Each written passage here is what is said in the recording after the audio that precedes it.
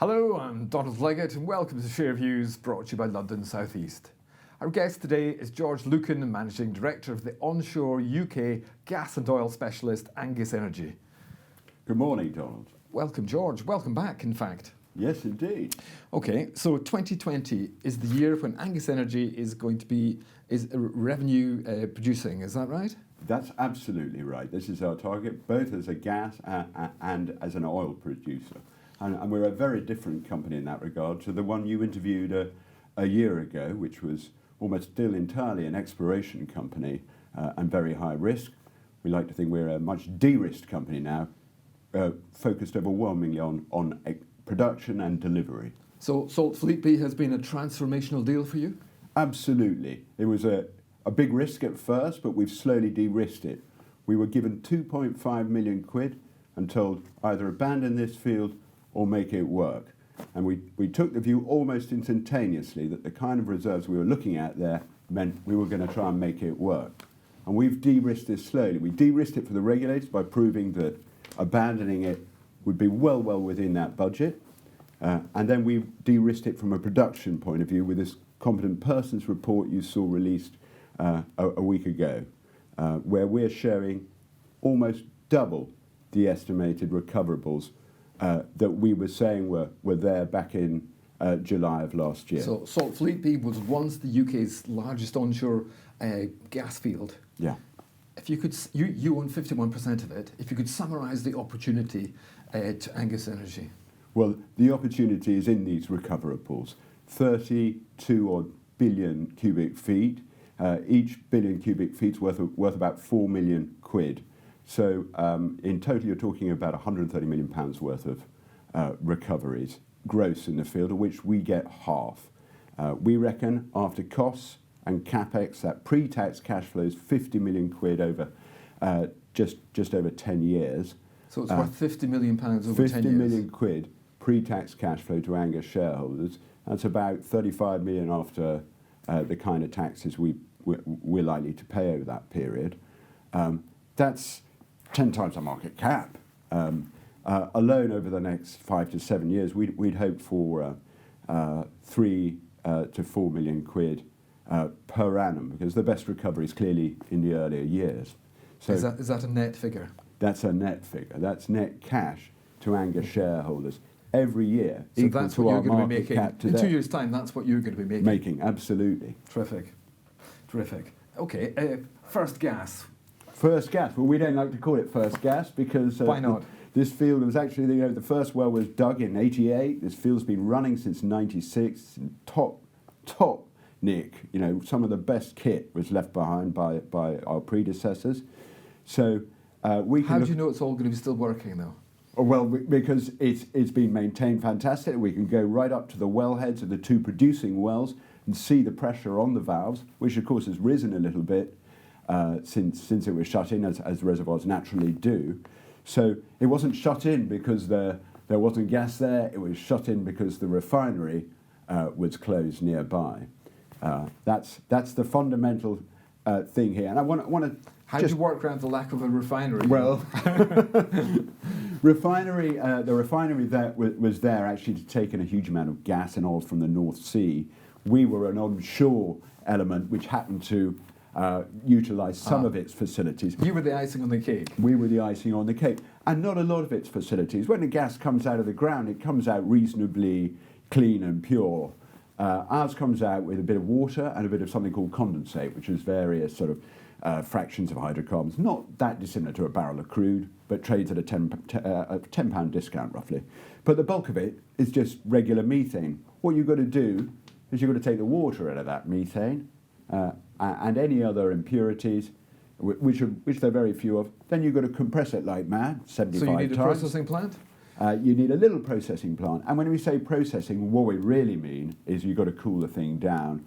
And like your fridge, if you cool the air in it, you see the ice condense around the fridge, and you can scrape it off. And and the remaining air inside is very, very dry. That's essentially what we do when we talk about processing. We cool the gas, take out the water, occasionally run it through a bit of what's called glycol, which is a dehydrator, and then you compress it like mad. When I say like mad, like 75 times to 75 bar, and that's what's called grid spec. Okay, and how long will it take to go through all those processes, and when will you actually be revenue generating? Revenue generating. Well, we would hope to complete connection, because that's the last bit of it. The current pipeline ran to the Thedlethorpe refinery. Thedlethorpe refinery is next door to the national grid entry point, bang next door. So there's an extra 600 metres of pipeline we've got to put in place. That connection I'm targeting for late summer. You can cope with 600 metres though. We can do 600 metres.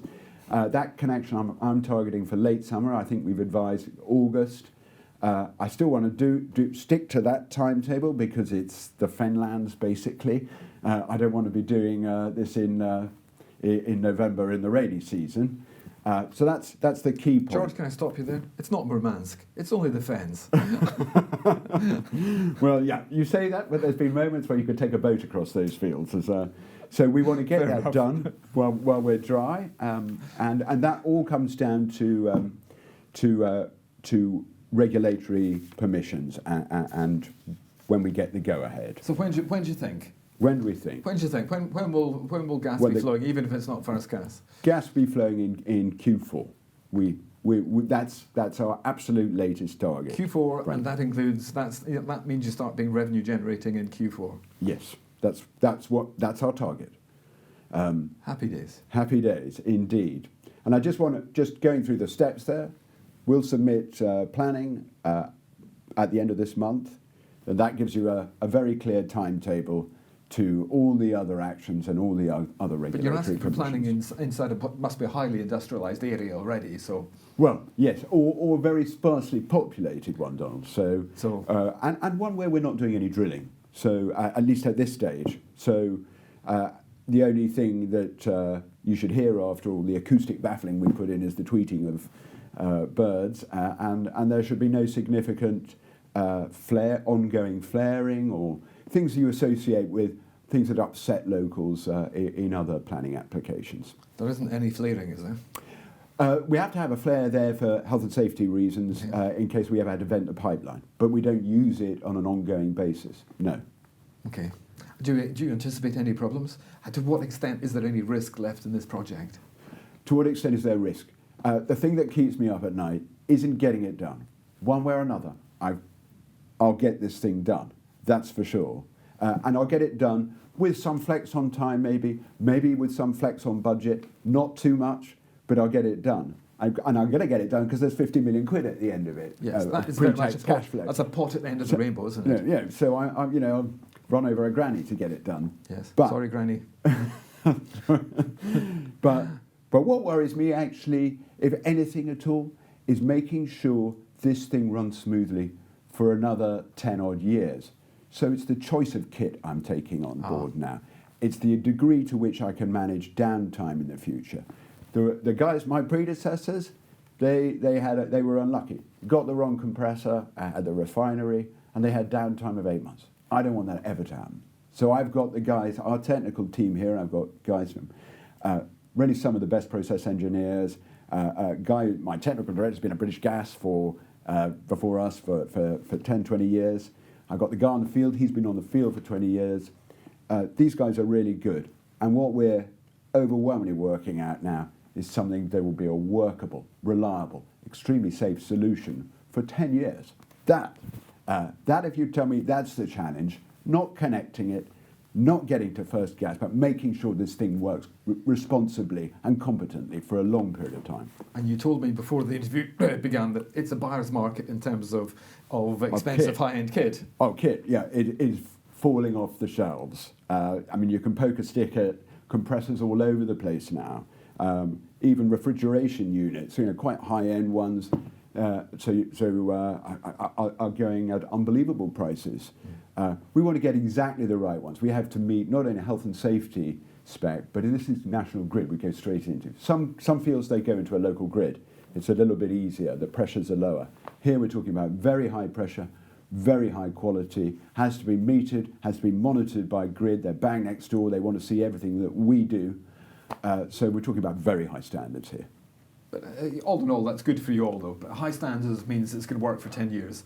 Exactly. And you're going to get even revenues flowing for those years. Yeah, exactly. Okay. That's the target. Great. Let's take you back to the Weald and your 25% holding at Balcombe. If I understand you correctly, you're operator at Balcombe?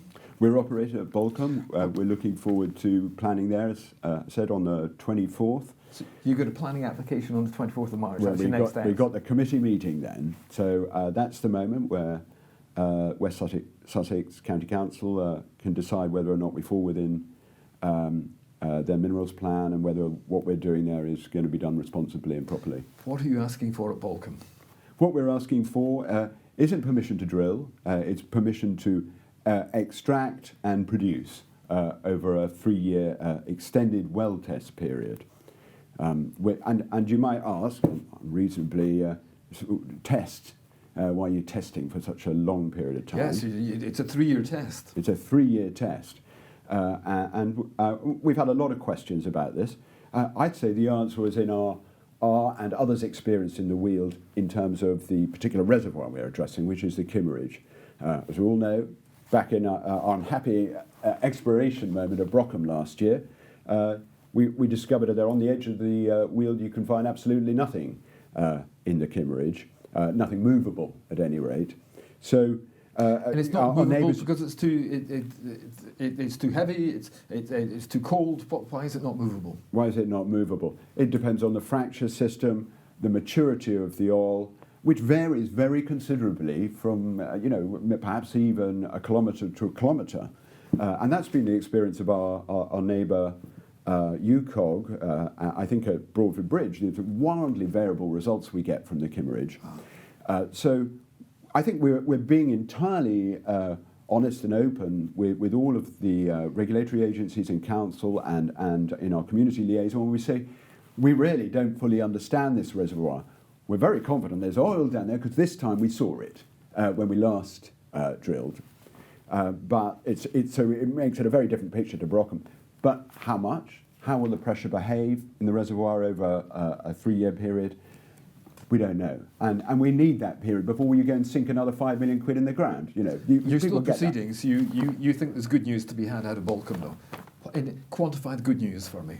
Quantify the good news. We'd hope 300 barrels a day, and that's flowing on a regular, steady basis. On a regular, steady basis. Yes, not a J-curve decline from some outrageous initial pressure. And that's coming from a technical team chastened by exploration misses elsewhere in the Weald. Oh, you learn every time it doesn't work. You learn from it. You learn a lot more, and I think we are learning. And I think within 3 years' time, the picture of the Weald will be very much better for those remaining players, and therefore if you like, the $1 from the dollar of exploration will be a much better equation for investors. It's been difficult up to now because it's been basically pioneering. What level of flow would make Balcombe commercial?